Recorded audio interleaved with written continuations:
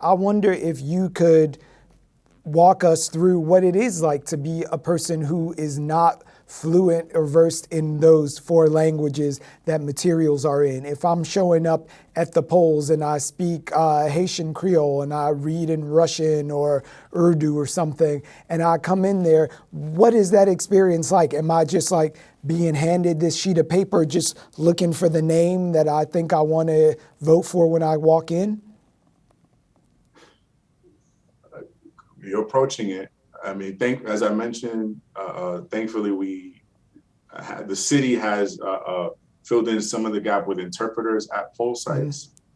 In addition, you do have the right to bring in someone with you into the poll site as long as they're, not your employer or your union representative.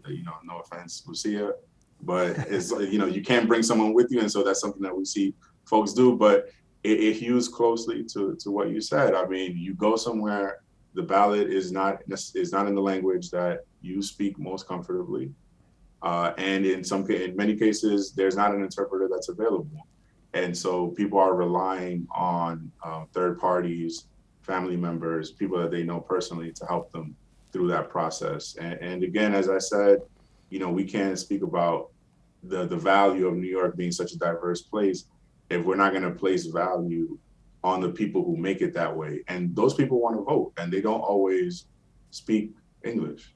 And that's just the reality, and we have to be ready to meet them there. I think that's a Thank you. great point that you made, because we were just having a conversation about the implementation of AVR and OVR.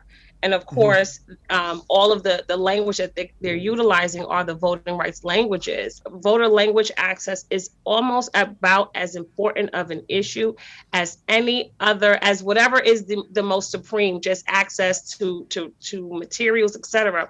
That we have to make sure that we are prioritizing this particular issue, not just here in New York State, not just in New York City. New York City is an anomaly in a lot of cases, but New York State is a very, very big place. And the type of respect that we give in New York City about language access, it just doesn't happen, and it's almost non-existent in other parts and counties across our state.